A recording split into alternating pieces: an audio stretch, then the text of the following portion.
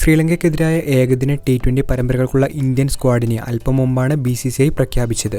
ഏകദിന ടീമിനെ രോഹിത് ശർമ്മ നയിക്കുമ്പോൾ പ്രതീക്ഷിക്കപ്പെട്ടതുപോലെ ടി20 ടീമിനെ നയിക്കുന്നത് സൂര്യകുമാർ യാദവാണ്. 2 പരമ്പരകളിലും ടീമിന്റെ വൈസ് ക്യാപ്റ്റൻ യുവ ഓപ്പണർ ശുഭ്മാൻ ഗില്ലാണ്. മലയാളി താരം സഞ്ജു സാംസണിന് 2 ഫോർമാറ്റുകളിലും ഇടം ലഭിക്കുമെന്ന് പ്രതീക്ഷിച്ചെങ്കിലും ടി20 സ്ക്വാഡിൽ മാത്രമേ അദ്ദേഹത്തെ ഉൾപ്പെടുത്തിയുള്ളൂ. ഏകദിന സ്ക്വാഡിൽ നിന്നും സഞ്ജു തഴയപ്പെട്ടു. സ്റ്റാർ ഓൾറൗണ്ടർ ഹാർദിക് പാണ്ഡ്യയ്ക്ക് പകരം സൂര്യയെ പുതിയ ടി20 ക്യാപ്റ്റനാക്കുമെന്ന് നേരത്തെ തന്നെ റിപ്പോർട്ടുകൾ വന്നിരുന്നു. ഈയൊരു കാര്യം തന്നെയാണ് ഇപ്പോൾ സംഭവിച്ചിരിക്കുന്നത്. ഹാർദിക് ടി20 ടീമിലുണ്ടെങ്കിലും അദ്ദേഹത്തിന് റോളുകൾ ഒന്നും തന്നെയില്ല.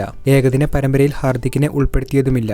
ഏകദിനത്തിൽ തനിക്ക് വിശ്രമം ആവശ്യമാണെന്ന് അദ്ദേഹം നേരത്തെ തന്നെ അഭ്യർത്ഥിച്ചിരുന്നു. ഇത് പരിഗണിച്ചാണ് താരത്തെ സെലക്ടർമാർ മാറ്റി നിർത്തിയത്. ഏകദിനത്തിൽ വളരെ ശക്തമായ ടീമിനെയാണ് ഇന്ത്യ ഇറക്കുന്നത്. രോഹിത്തിനെ കൂടാതെ മറ്റൊരു സീനിയർ താരവും മുൻ ഇന്ത്യൻ ക്യാപ്റ്റനുമായ വിരാട് കോഹ്ലിയും ഈ പരമ്പരയിൽ കളിക്കും. വിക്കറ്റ് കീപ്പർമാരായി ടീമിലേക്ക് വന്നത് KL രാഹുലും ഋഷഭ് പന്തുമാണ്. ശ്രേയസ് അയ്യർ പരമ്പരയിലൂടെ ടീമിലേക്ക് തിരിച്ചെത്തും എന്നതാണ് സെലക്ഷനെ സംബന്ധിച്ച് മറ്റൊരു ശ്രദ്ധേയ കാര്യമായി മാറിയത്. സ്റ്റാർ പേസർ ജസ്പ്രീത് ബുംറയ്ക്ക് 2 പരമ്പരകളിലും വിശ്രമം അനുവദിച്ചിരിക്കുകയാണ്. തീർച്ചയായിട്ടും ശിവം ദുബെ, റിയാൻ പരാഗ്, പേസർ ഹർഷിത് റാണ എന്നിവരാണ് ഏകദിന സ്ക്വാഡിലെ സർപ്രൈസ് താരങ്ങൾ. ഹാർദിക്കിന്റെ അഭാവമാണ് ഓൾറൗണ്ടർ എന്ന നിലയിൽ ദുബെയ്ക്ക് ഏകദിന പരമ്പരയിലേക്ക് അവസരമൊരുക്കിയത്.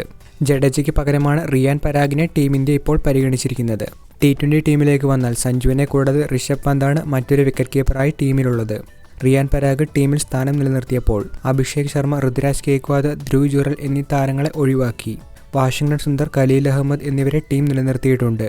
പുതിയ കോച്ച് ഗൗതം ഗംഭീറിന് കീഴിൽ ടീം ഇന്ത്യ കളിക്കുന്ന ആദ്യത്തെ പരമ്പര കൂടിയാണ് ശ്രീലങ്കയ്ക്കെതിരായത്.